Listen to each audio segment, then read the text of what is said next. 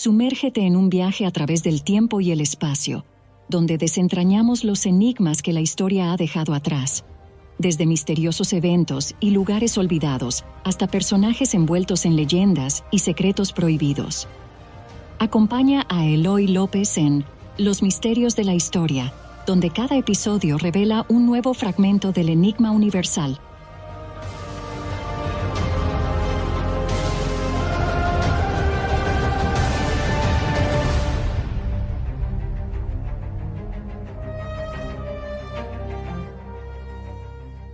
Pocos personajes hay en la historia que hayan hecho correr más tinta entre los historiadores de la antigüedad que el faraón egipcio Akenatón.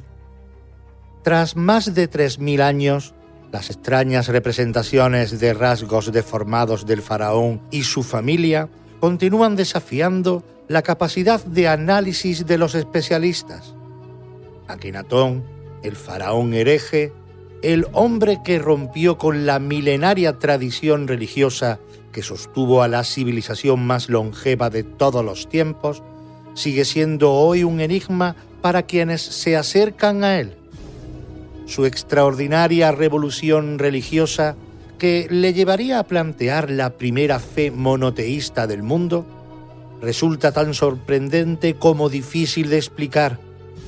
Junto a su esposa principal, la bella y misteriosa Nefertiti, Akenatón abrió un tiempo nuevo y único en la historia de Egipto, pero un tiempo que moriría con él, pues su rastro fue borrado por quienes le sucedieron como si se tratara de ocultar un crimen.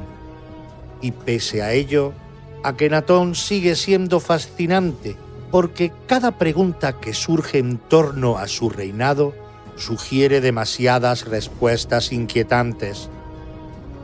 ¿Fue este faraón en verdad un profeta? ¿Cómo pueden explicarse las deformidades con las que se le representa? ¿Y sus rasgos asexuados? ¿Qué pasó por su cabeza para poner patas arriba los fundamentos del mundo que conocía? ¿Qué verdad se oculta detrás de los radicales cambios que tuvieron lugar durante su reinado? Teorías de todo tipo tratan de contestar a estos y otros interrogantes que, pese a todo, parecen estar condenados a permanecer abiertos. Escuchas a Akenatón, el faraón hereje.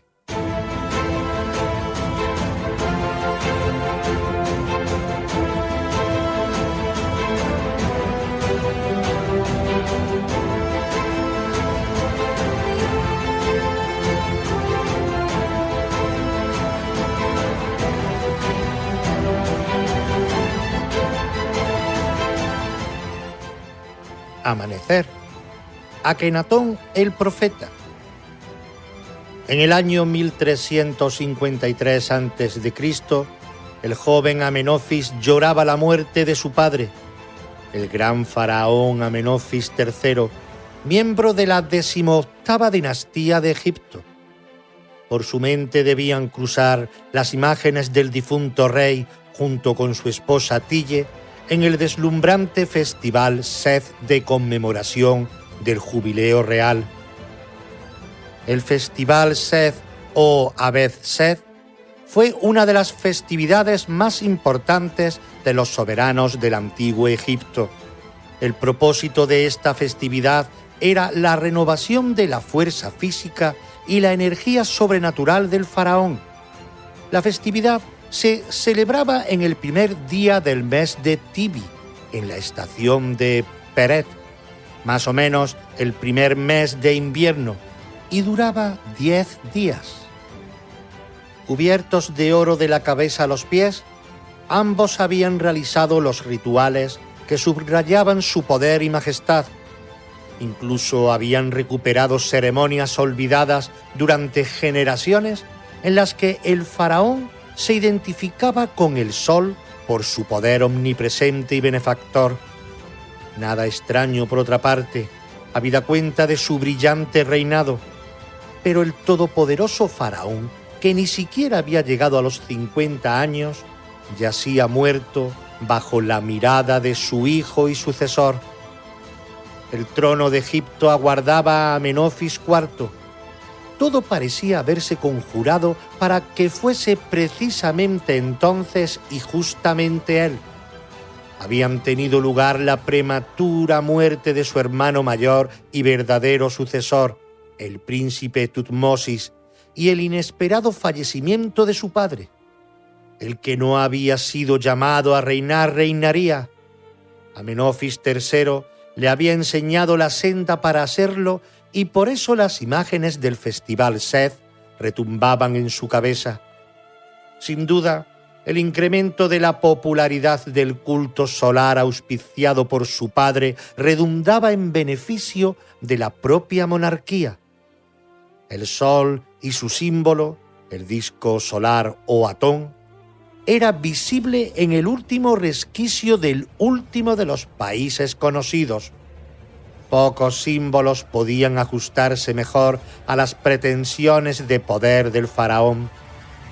El brillo, el trayecto y el poder del sol eran reproducidos en el festival Seth, pero tras la liturgia, también el mensaje estrictamente religioso debió de impresionar al joven príncipe Amenofis. El Atón benefactor, el Atón poderoso, el Atón dador de vida, tan evidente, tan cotidiano, tan necesario, tan visible. Aún así, nada hacía presagiar el vuelco que habría de suceder en menos de un año, pues como recuerda el egiptólogo Toby Wilkinson, si en la mente de Amenofis habían empezado a formarse ideas teológicas radicales, desde luego no hay evidencia alguna de ellas al comienzo de su reinado. La civilización egipcia hundía sus pilares en un complejo sistema religioso presidido por la creencia en la vida del más allá y gobernado por un panteón bien nutrido de deidades, entre ellas Amón-Ra. Esta ocupaba el puesto más alto, razón para que los sacerdotes de Amón se convirtieron con el paso del tiempo en una de las piezas claves del poder en Egipto. Solo el faraón y ellos, por delegación del primero, podían mediar entre dioses y hombres, si bien el faraón en exclusiva garantizaba con su sola presencia el mantenimiento del orden del mundo conocido. Y cuando Amenofis IV accedió al trono, se comportó en consecuencia, o al menos así fue en los primeros meses de su reinado. Completó el templo de Ipetsut, iniciado por su padre. Consagró un templo a Amón-Ra en la ciudad que fundó en Nubia. Pero cuando todo parecía normal, como se esperaba, como debía ser, Amenofis IV dio un giro de 180 grados a la historia de Egipto. Inspirado por el que se le había revelado como único Dios verdadero, Atón, el disco solar, Amenofis inició una verdadera revolución teológica. Frente al tradicional culto a Amón, el faraón desplazó abiertamente a la deidad principal del panteón egipcio en favor de Atón. Si su padre, como faraón, se había identificado con el sol, Amenofis IV hizo del propio sol el faraón. La corregencia Amenofis-Atón fue pronto proclamada mediante la construcción de un nuevo y grandioso templo, el Jebma-Atón.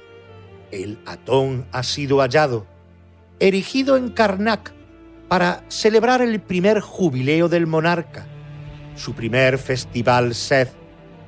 Pero, como indican las inscripciones del templo, el festival se dedicó no tanto al rey como a Atón. En palabras del profesor Wilkinson, la festividad Seth marcó el comienzo de algo completamente novedoso. El dios solar y el rey reinarían juntos, recreando de nuevo el mundo todos los días. El culto a los dioses tradicionales se seguía admitiendo, Pero Atón adquiría un nuevo y hegemónico papel. Solo un año más tarde, Amenofis tomó otra decisión tan elocuente como inesperada al cambiar su nombre por el de Akenatón, el que es útil a Atón.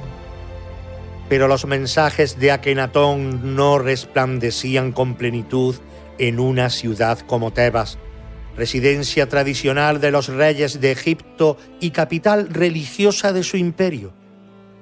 El culto a los restantes dioses, y en especial a Amón, tenía allí demasiada presencia y peso, una influencia que, por otra parte, parecían encantados de llevar los poderosos sacerdotes de Amón. Fue entonces, en el 4º año de su reinado, cuando Akenatón decidió dejar atrás cualquier vínculo con el pasado y fundar una nueva capital real. El lugar elegido fue una zona de la orilla occidental del Nilo, a unos 400 kilómetros al norte de Tebas y unos 320 al sur de Menfis, el centro administrativo.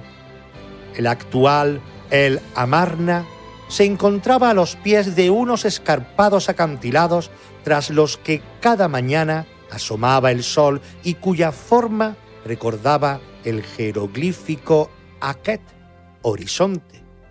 La ciudad fue bautizada como Aketatón, horizonte de Atón. La capital consagrada a Atón debía ser digna de quien la había inspirado y así Aketatón abarcó un área de más de 200 kilómetros cuadrados. El faraón vigiló atentamente las obras y en el prodigioso espacio de 3 años, la ciudad estuvo lista para acoger a Akenatón y su corte al completo. 6 años más tarde, estaba en disposición de ser inaugurada y se mostraba como una de las ciudades más ricas que se habían conocido jamás. El camino real, paralelo al Nilo, era el eje ceremonial, mientras que 2 impresionantes complejos palaciegos se repartían las funciones de residencia y escenario de las celebraciones reales. Por encima de los múltiples templos destacaba la casa de Atón, el gran templo dedicado al dios solar, cuya fachada superaba los 200 metros y su profundidad el kilómetro. La tumba destinada al faraón, situada entre los acantilados, marcaba el foco desde el que salían todas las líneas del trazado de Aketatón. Nicholas Reeves recuerda la perplejidad de los arqueólogos que han estudiado el complejo al comprobar que las proporciones del gran templo de Atón, cuando fue proyectado, eran una réplica de la de los límites de la ciudad, revelando la oculta realidad de que toda la fundación había sido, de hecho, concebida como un enorme templo. Todo era un canto a Atón, y la nueva fe encontró su expresión en los relieves de los templos y las tumbas. El gran himno a Atón, obra del faraón, se convirtió en su credo oficial. Este canto, una de las creaciones poéticas más logradas de la antigüedad, llegaría a ejercer una profunda influencia en autores religiosos posteriores, especialmente en los salmistas judíos. La existencia de un único Dios verdadero era proclamada de forma exultante y vital, y Akenatón, convencido de ello, comenzó a tomar medidas en consecuencia. Comenzó entonces la proscripción de todo culto a otros dioses, cuyas imágenes y nombres fueron furibundamente borrados de monumentos, templos, casas y toda suerte de espacios públicos y privados. Atón había pasado de ser el dios supremo al dios único. Pero en toda esta revolución, el faraón no estuvo solo. Una mujer cuyo rostro se encuentra perpetuado en una de las más bellas esculturas de la historia, jugó un papel determinante en el proceso. Nefertiti, que quiere decir la bella ha llegado.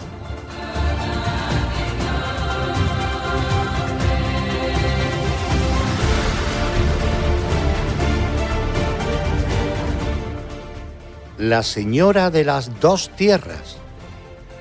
Como apunta Toby Wilkinson, las últimas líneas del gran himno a Atón ilustran uno de los elementos más llamativos de toda la revolución de Akenatón, la inaudita preeminencia que dio a su esposa. Nefertiti, cuyo origen continúa siendo un misterio, compartió desde el principio con Akenatón la defensa de la nueva fe. Frente al papel tradicional atribuido a las esposas de los faraones, e incluso pese a los precedentes de mujeres fuertes en el gobierno, Nefertiti jugó un nuevo e irrepetible papel en el régimen creado por Akenatón. En los relieves que cubrían los monumentos de la capital real, la reina no solo era representada como esposa del faraón, sino como su igual en rango. Las imágenes de Nefertiti golpeando a cautivos o revisando prisioneros, actitudes reservadas al faraón, daban la bienvenida en las estelas fronterizas de Aketatón a quienes llegaban a la nueva ciudad.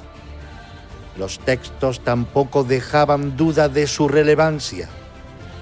Grande en el palacio, hermosa de rostro, adornada con la doble pluma, señora de la alegría que recibe elogios. Uno se regocija al oír su voz. La gran esposa del rey a la que él ama, la señora de las dos tierras. Uno de los ejemplos más elocuentes del desconcertante papel de Nefertiti lo constituye la serie de estatuas colosales que el arqueólogo Henri Chevrier excavó en Karnak en los años 20 del pasado siglo. Las esculturas, tocadas con los atributos propios del faraón, rápidamente fueron identificadas como representaciones del propio Akenatón. Sin embargo, algo llamó la atención de los especialistas. Las estatuas eran prácticamente asexuadas y desde luego en absoluto masculinas.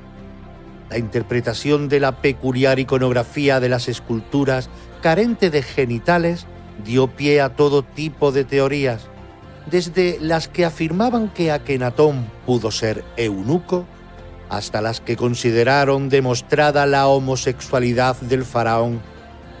Esta última interpretación se hizo especialmente popular cuando se halló una pequeña estela, hoy en el Museo de Berlín, en la que dos reyes, reconocibles por sus coronas, aparecían sentados juntos mientras uno se volvía hacia el otro, sujetándole con cariño la barbilla.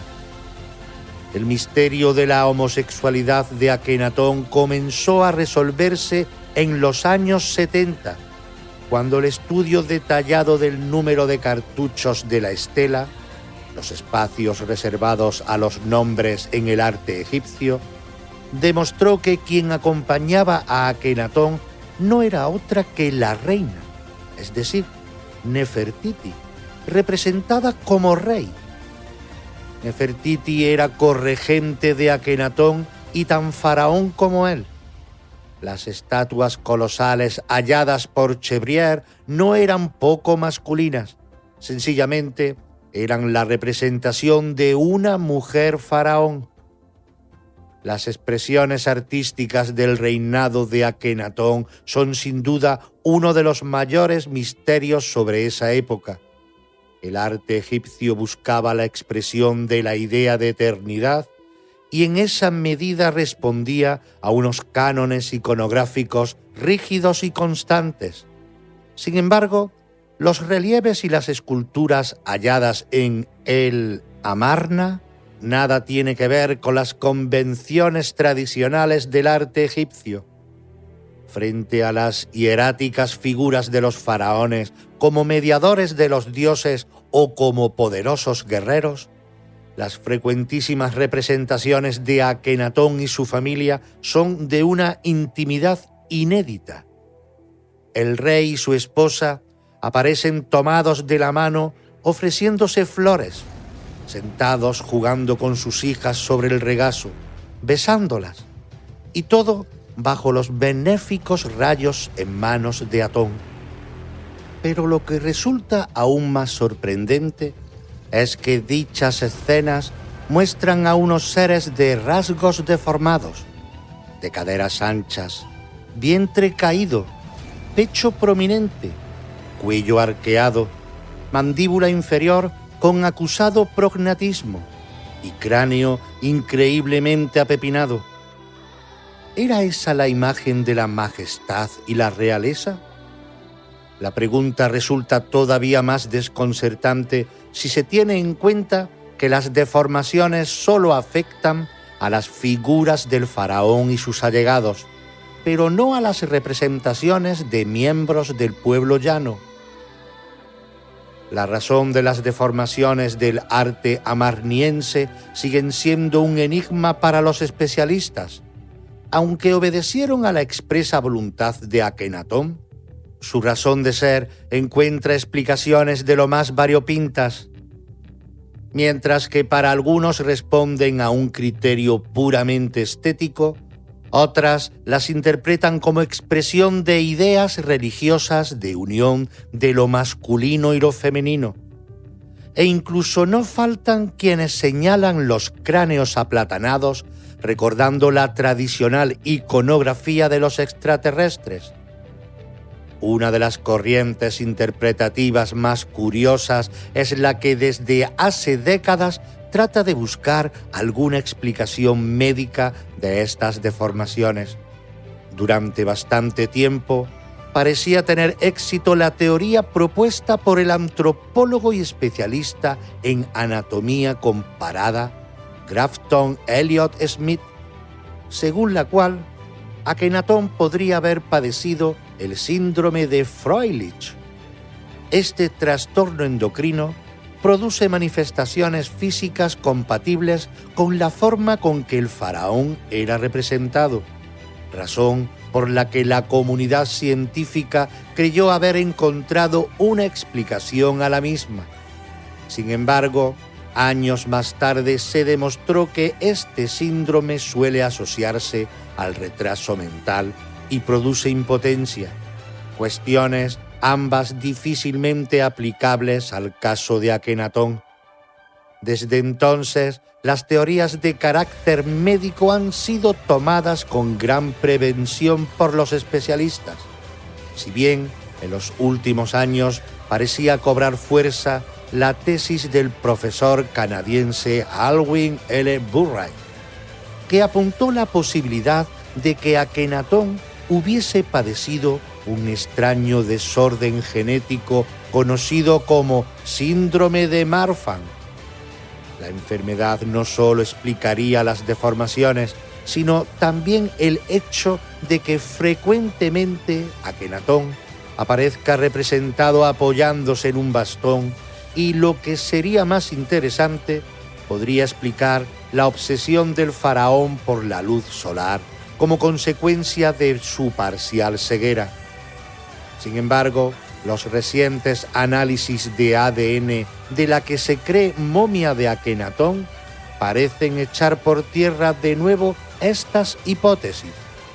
Los relieves anormalmente alargados de Akenatón y su familia continúan así desafiando la capacidad interpretativa de egiptólogos, antropólogos y médicos sin que parezca posible encontrar una respuesta unívoca y satisfactoria. Todo en torno al faraón de El Amarna parece rodeado de incógnitas, de preguntas sin respuestas, y en algunos casos las preguntas provienen de lugares tan lejanos de Egipto como Qumran, a orillas del Mar Muerto.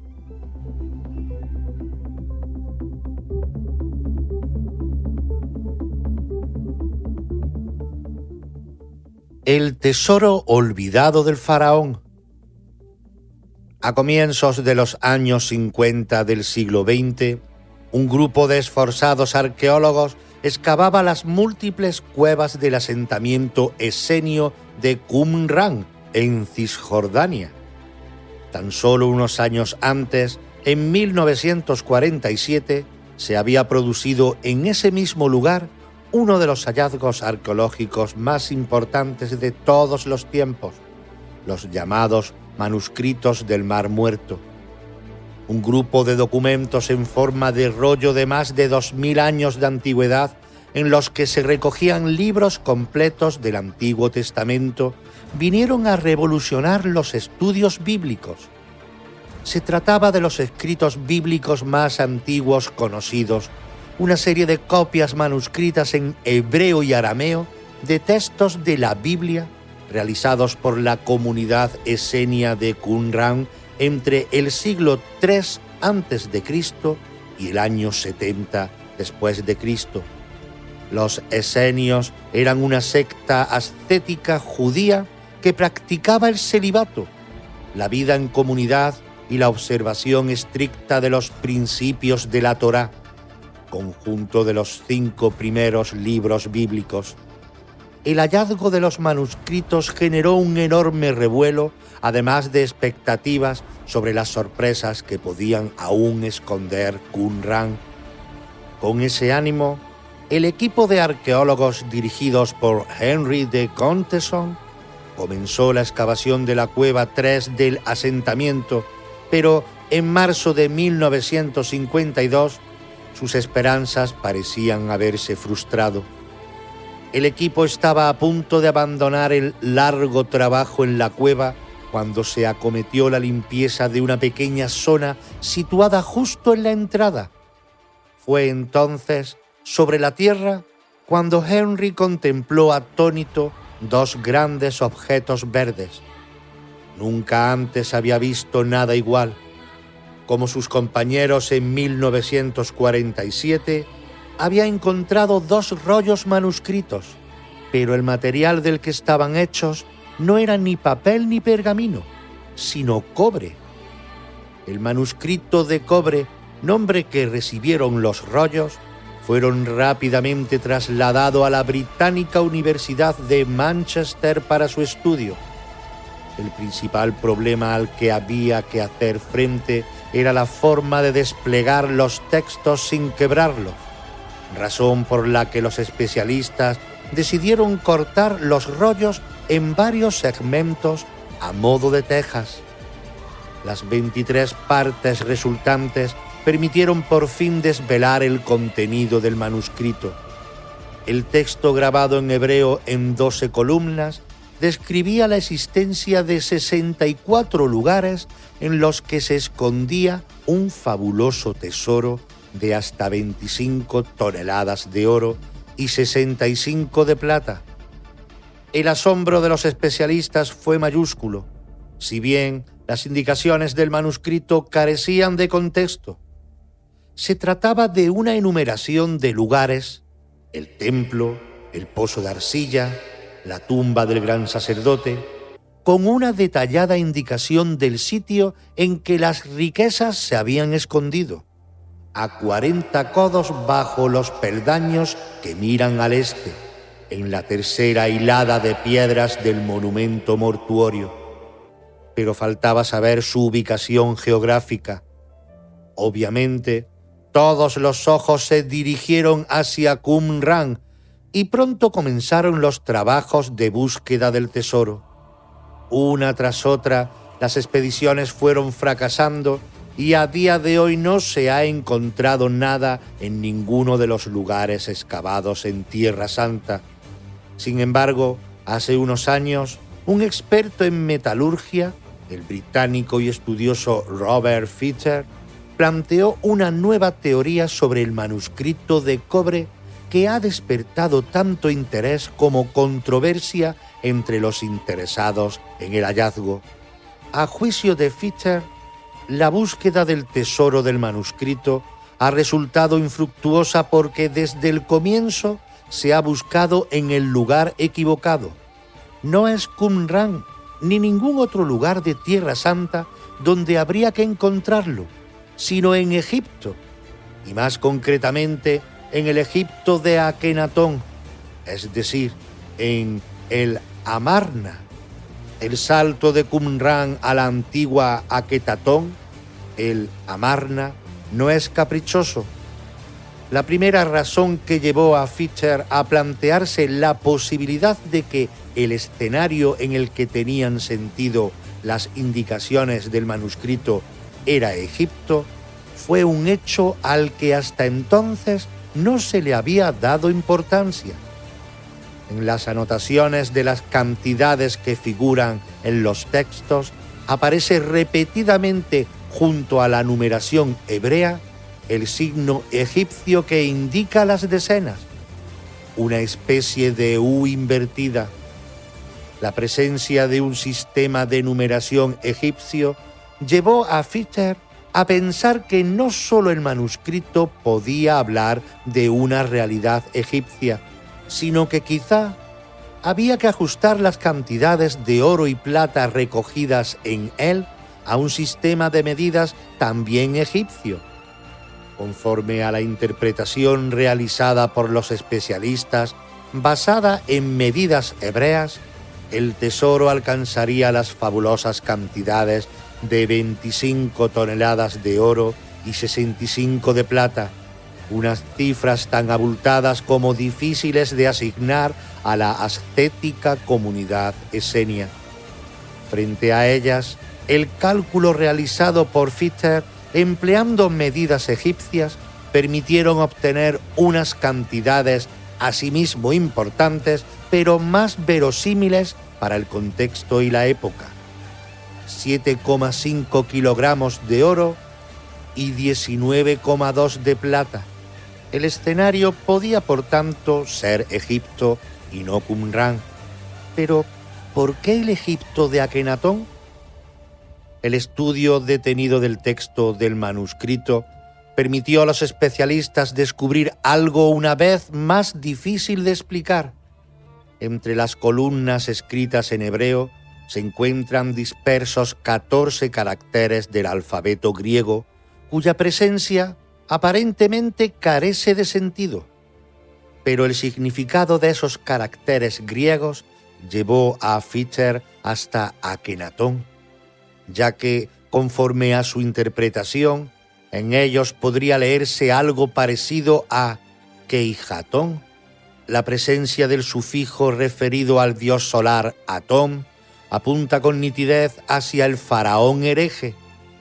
Los especialistas en el estudio de los manuscritos del Mar Muerto se muestran en abierto desacuerdo con esta teoría e insisten en que la transcripción realizada por Fischer se acercaría a la pronunciación inglesa del nombre del faraón, pero en ningún caso a la egipcia. A pesar de las críticas, el estudioso británico ha insistido en su idea, apoyándose al tiempo en otras cuestiones más difíciles de cuestionar y que darían además una dimensión extraordinaria a su teoría de ser cierta. Fischer subraya el innegable parecido entre el gran himno a Atón y el Salmo 104 de la Biblia, una similitud reconocida por el mundo académico sin reservas.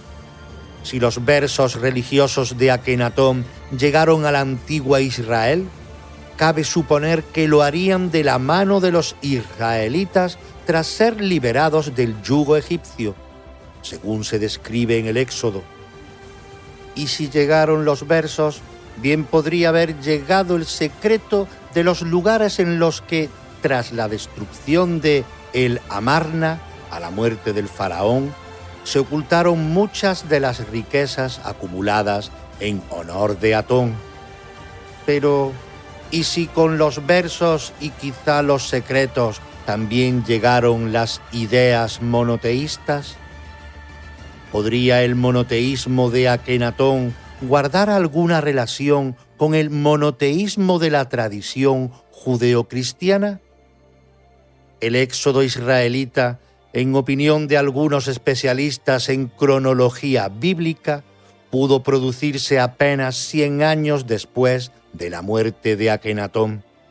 Para Robert Fichter, la respuesta a todas estas preguntas es afirmativa, pero mientras el Consejo Supremo de Antigüedades de Egipto continúe denegándole el permiso para excavar los lugares de El Amarna, en los que cree que podría estar el tesoro del manuscrito de cobre, estos interrogantes, como todos en relación con Akenatón, permanecen abiertos.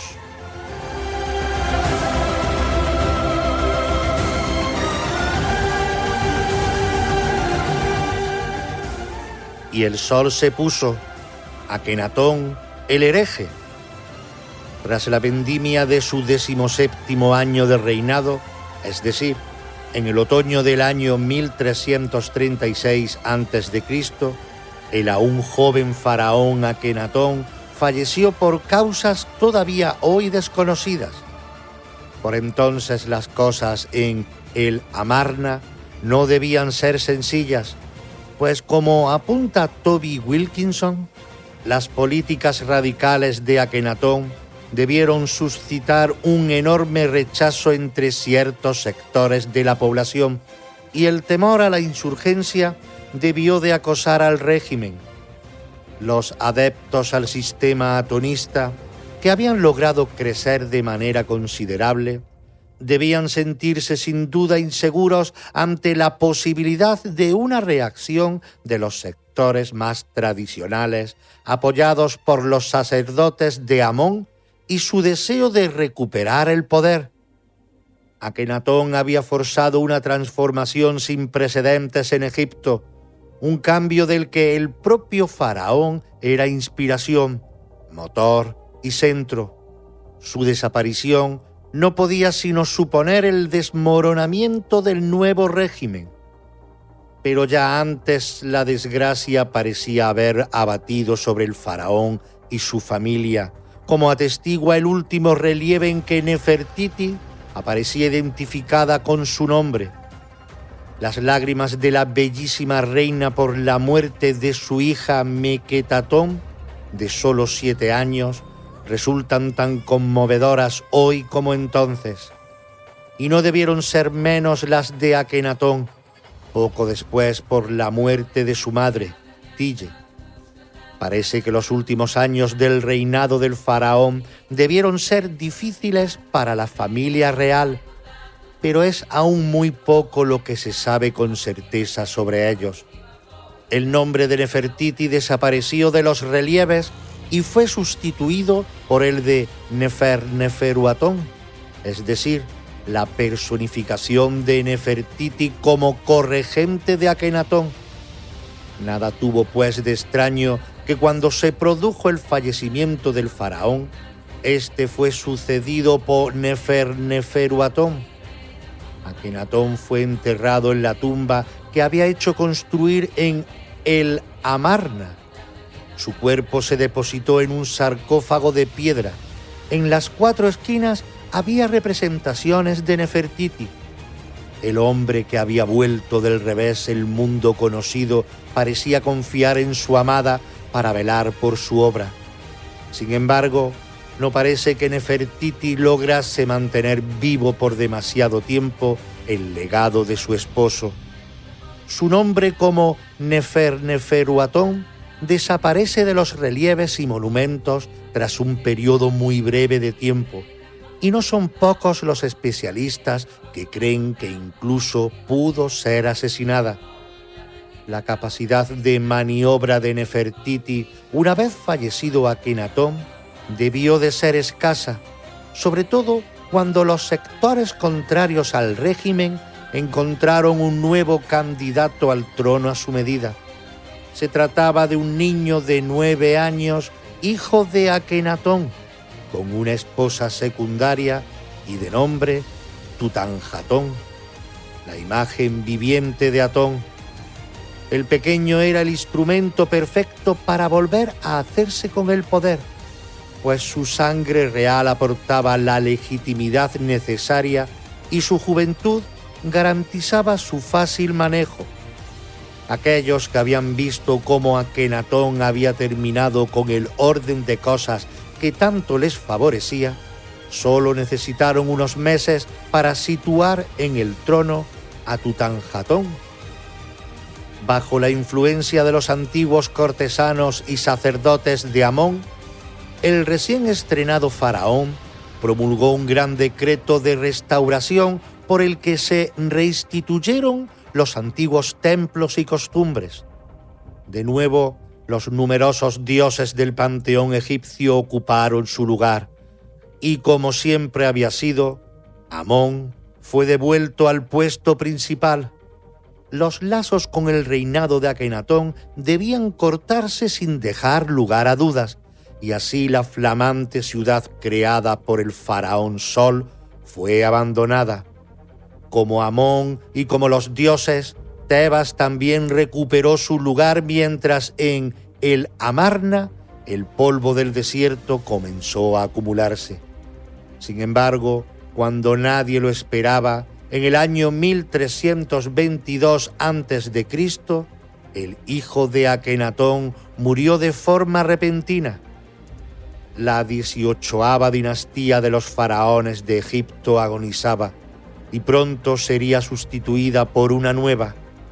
Pero la osadía de Akenatón se continuó considerando imperdonable y los nuevos reyes de Egipto hicieron todo lo posible por borrar su memoria de la historia. El nombre de Akenatón se picó en todos los relieves y monumentos, y cualquier referencia a él o su revolución fue objeto de una campaña de depuración sistemática. En palabras de Nicholas Rives, con una crueldad no vista en Egipto antes ni después, el Amarna, tanto la ciudad como el concepto, fue arrasada y toda traza de existencia del faraón fue sistemáticamente eliminada. Las sombras y el silencio cubrieron a Akenatón y dejaron a la posteridad una serie de preguntas a las que resulta muy difícil contestar. ¿Quién fue en realidad el misterioso faraón hereje? ¿Qué parte de verdad religiosa hubo en su impresionante revolución política? Quizás si su joven hijo no hubiese muerto tan joven, el oscurecimiento del periodo de el Amarna habría sido menor, pero el sucesor de Akenatón murió sin haber llegado a cumplir los 20 años. En su ajuar funerario, la presencia de imágenes de Atón invitan a pensar en que, de haber sobrevivido, el legado religioso de su padre quizá podría haber corrido una suerte menos aciaga. Sin embargo, aquel año 1322 a.C., el joven faraón fue enterrado. Hacía mucho tiempo que había cambiado su nombre Tutanjatón por uno más expresivo de los nuevos tiempos, Tutankamón. Sobre su rostro se puso una impresionante máscara de oro que ningún ojo humano volvería a ver hasta que, más de 3000 años después, posó su mirada sobre ella un emocionado Howard Carter. Pero esa ya es otra historia.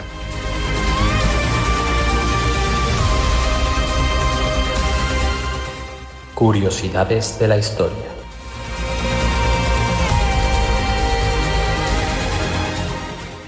Hay una historia que se cuenta de Margaret Mead, una antropóloga estadounidense nacida en 1901, que además escribía poesía. ¿Qué hace bueno aquello de se non è vero e ben trovato? O lo que es lo mismo, si no es verdad, bien se encuentra. Y recalcó la faceta de poeta de Mead, porque la historia tiene un eje poético que la sustenta y la hace más interesante. Es una reflexión sobre cuándo comenzamos a ser humanos. La historia en cuestión dice que un estudiante le preguntó un día a Margaret Mead cuál consideraba ella como el momento clave en que nació la civilización. cuando el hombre se convirtió en humano. El estudiante esperaba que ese punto de inflexión en la evolución estuviera en la creación de algún tipo de herramienta, en el arte o algo similar, pero no fue así. Mead dijo que el primer signo de civilización está en el fósil de un fémur roto y sanado. Se soldó ese hueso tan importante del cuerpo y justo eso es lo que nos hizo humanos. La clave de ese detalle está en que en la naturaleza y por lo general no se sobrevive tras la rotura de un hueso que hace imposible caminar, como es el caso de un fémur. Eso quiere decir que otros humanos cuidaron de él mientras tenía el hueso roto y le procuraron comida, bebida y protección. Y ahí está el punto de inflexión. Cuidar a alguien que está en problemas nos hizo civilizados, nos hizo humanos, según esta historia que se atribuye a Margaret Mead. Y digo se atribuye porque, aunque es muy bonita, por eso hablaba antes de poesía, no hay certeza de que ocurriera, aunque tampoco se puede afirmar que sea una leyenda. Lo que sí es cierto es que hay pruebas de cómo desde muy pronto los antecesores del ser humano se cuidaban unos a otros. Sin ir más lejos, el famoso Miguelón de Atapuerca es un caso de estos cuidados del grupo hacia uno de sus miembros. Miguelón, hallado en la cima de los huesos y bautizado así en honor a Miguel Indurain, es un cráneo que, según la datación, tiene unos 430.000 años de antigüedad. Corresponde a un Homo heidelbergensis anterior a los neandertales. Miguelón murió por una infección en un diente que se acabó extendiendo y afectando al cerebro. Probablemente ese problema en el lado izquierdo de su mandíbula y su cabeza le causó muchos dolores y le impidió masticar durante un largo periodo. En ese tiempo, alguien del grupo tuvo que cuidar de él e incluso es posible que masticara los alimentos para que Miguelón los pudiera comer. Hay otro caso similar en Atapuerca. Benjamina, una niña de la misma datación que Miguelón, nació con una lesión craneal y vivió algunos años. Esto indica de nuevo que el grupo, que otros humanos cuidaron de ella. E incluso hay algún caso muy anterior a estos. Sea o no cierta la historia del fémur sanado que se cuenta de Margaret Mead, tiene un sentido interesante y poético. Es cuidar uno de los otros los que nos hace humanos, aunque es obvio que algunos animales tienen comportamientos en este sentido, y me atrevo a decir que es eso mismo lo que nos ha hecho evolucionar y llegar a lo que somos hoy, incluso viendo en ello una cuestión meramente práctica. Quién sabe si Miguelón era el único de su grupo que sabía dónde conseguir determinadas plantas o buscar agua cuando había sequía. Perderlo antes de tiempo hubiera sido malo para todos.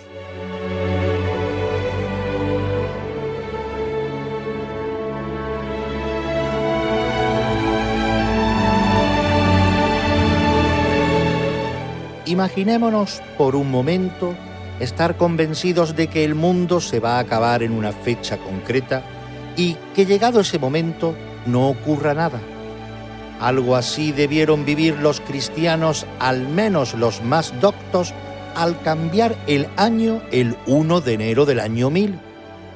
Hoy sabemos que no ocurrió nada y sabemos que con un poco de sentido común deberíamos dudar de cualquier fecha tomada de la Biblia, porque las referencias de partidas no son claras.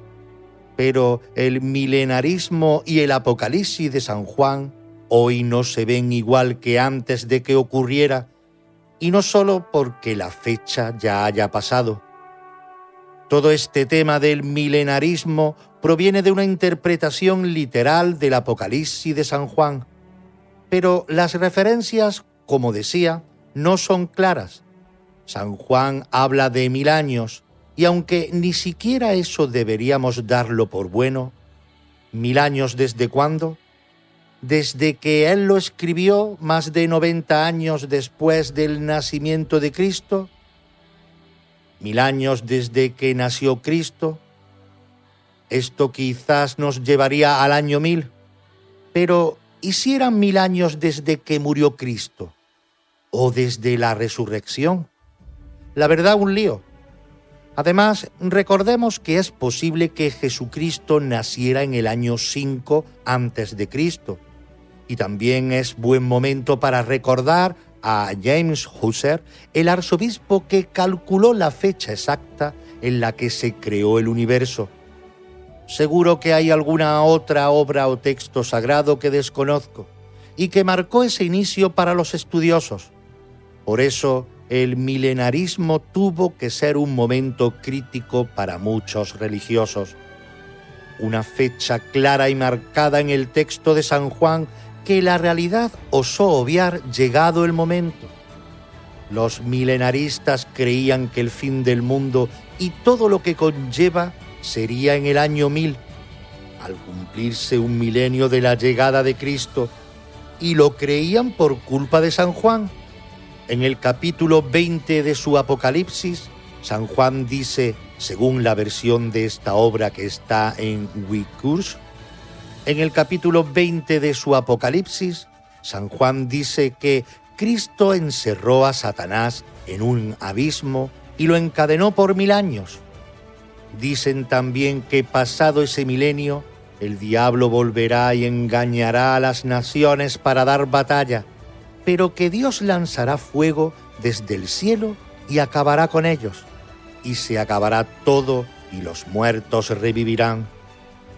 En resumen, una lectura literal de estas palabras llevaría a cualquier religioso en las vísperas del año 1000 a pensar que se le venía el fin del mundo encima.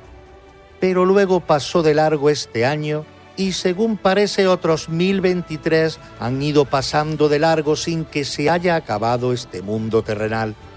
Si dejamos de lado la interpretación literal, claro que podemos encontrar cualquier otra explicación. Pero volviendo al principio, lo más atractivo de todo esto es pensar en qué significaría para las gentes del año 1000 que basaban su vida en la religión, ver pasar la fecha sin cambios en el mundo, que el año 1000 trajo guerras, y el 100, y el 500, y el 2000. Siempre los años traen guerras, en un sitio o en otro, pero no llegó el fin del mundo, ni la bestia fue liberada, ni nada de nada. Seguro que hubo muchos que, viendo las orejas al lobo, en el 999 se hicieron monjes, arrancaron una peregrinación, donaron sus bienes a la iglesia, o cuando menos, se arrepintieron de verdad de sus pecados. Y todo esto por una expresión que bien puede ser interpretada como equivalente a mucho tiempo en términos generales. Porque si San Juan hubiera dicho algo como dentro de 985 años, después de 24 días de la primera luna llena pasada la Pascua, pues habría más concreción y menos dudas. Pero 1000 años...